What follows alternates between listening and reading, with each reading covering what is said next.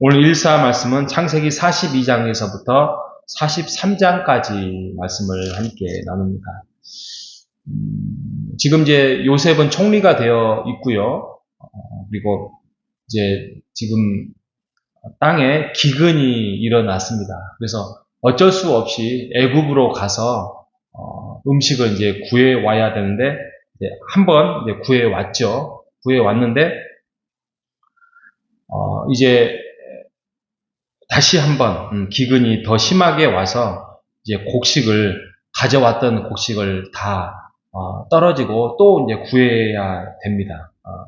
이제 구해야 되는데 베냐민을 데리고 가야만 이제 곡식을 구할 수밖에 없습니다. 그래서 이제 43장과 44장의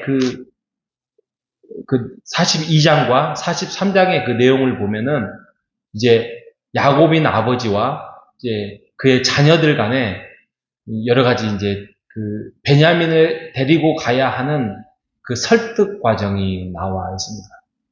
아버지는 지금 시므온도 없지요.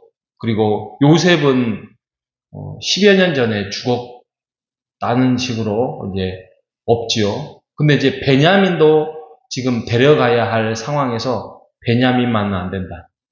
그러게 이제 버티고 있고, 지금 여기 43장 3절에 유다의 말이나 그리고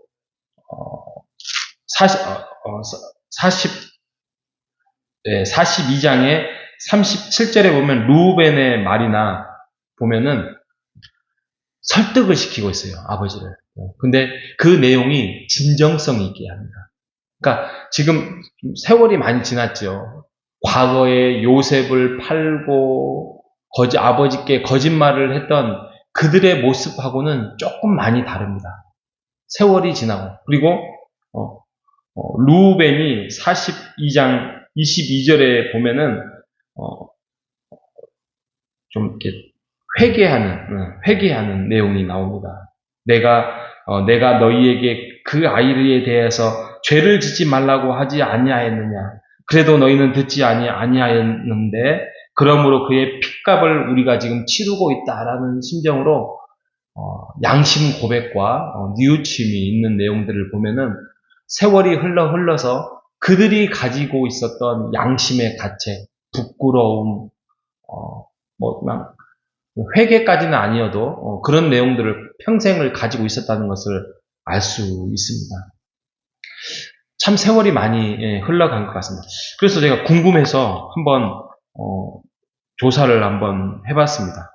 어떤 조사를 해봤냐면 그들의 나이가 도대체 몇 살일까, 여러 가지 상황들에서 야곱이 요셉을 출산한 나이가 91세예요. 굉장히 늦게 났죠. 요셉이 17살 때 팔림을 당했고 30세 때 총리가 되었습니다. 그리고 이제 야곱과 요셉이 만나는 그 기간이 22년 만에 만난 거예요. 22년 만에. 야곱이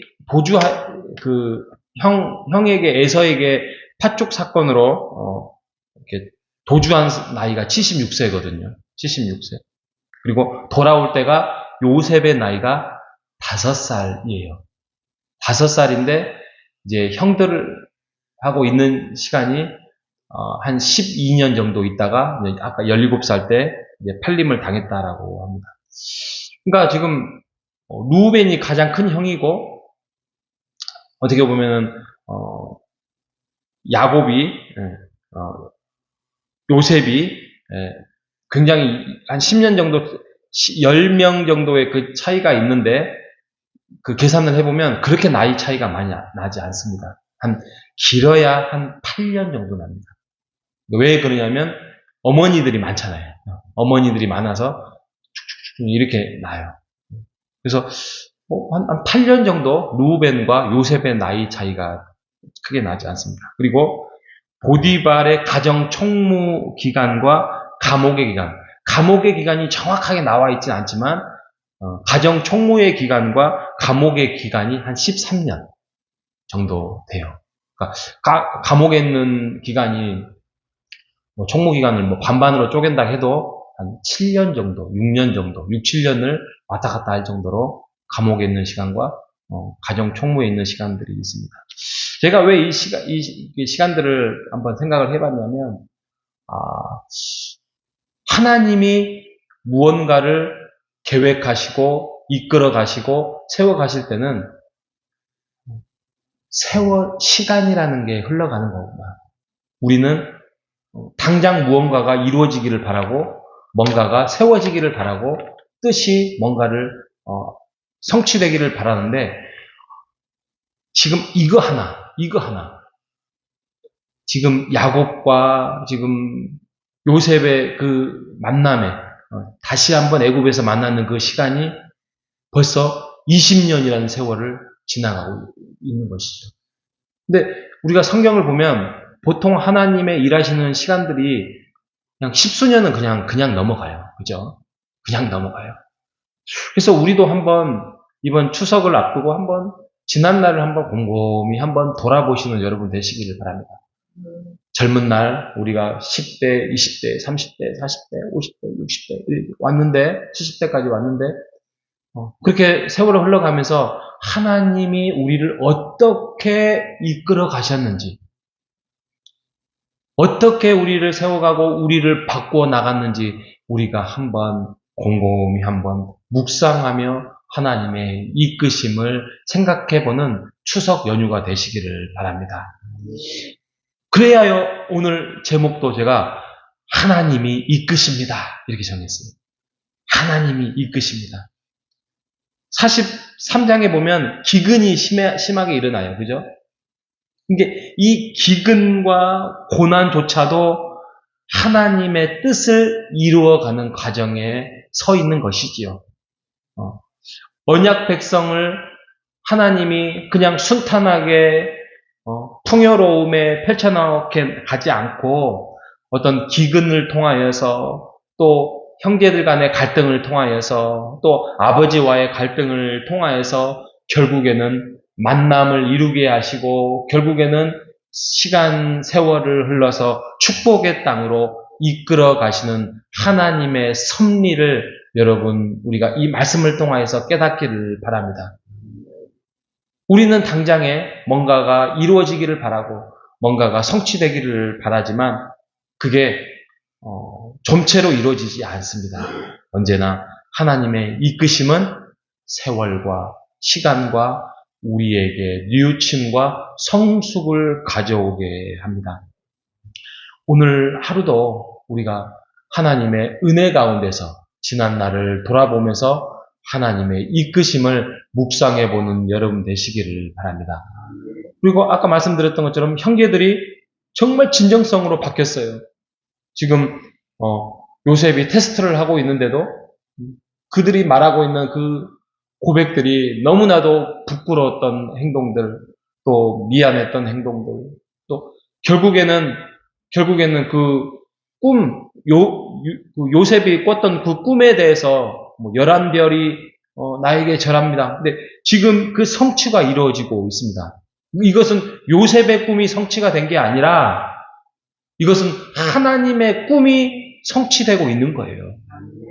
하나님의 꿈은 결국에는 무슨 형제들이 결국에는 요셉에게 굴복했다, 절했다 이 문제가 아니라 결국에는 너희들이 돌고 돌아서 너희들이 애굽 땅에서 만나서 거기에서 너희들의 문제를 해결하고 결국에는 언약 백성으로 만나게 될 것이다라는 하나님의 꿈이 성취되고 있는 것입니다. 오늘도 하나님께서 우리에게 그 꿈, 호산나의 꿈, 우리의 가정의 꿈, 또 우리의 교회의 꿈 이런 것들을 통해서 이루어가고 있을 것입니다. 지금은 모르죠. 그죠? 지나고 보면 그때 그랬구나. 그러잖아요.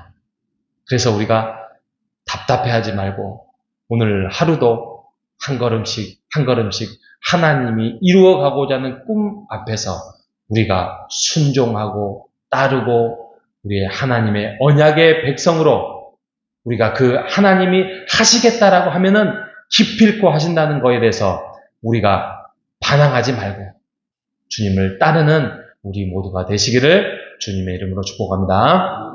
하나님 감사합니다. 요셉의 꿈이 하나님의 꿈으로 성취되는 장면을 우리가 살펴봅니다.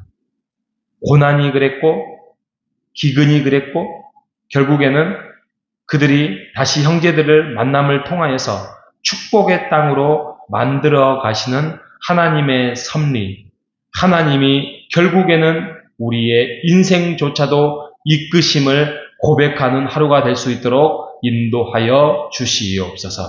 하나님, 그 안의 과정 속에서 눈물이 있고 또 힘듦이 있고 또 기근이 있는다 할지라도 결국에는 우리가 웃을 수 있고 결국에는 하나님과 함께하는 그 인생이 복된 것임을 우리가 깨달아서 하나님의 그런 시간 앞에서 우리가 겸손히 하나님의 뜻을 이루어가는 과정 속에서 우리가 도구로서 쓰임을 받을 수 있도록 인도하여 주시옵소서.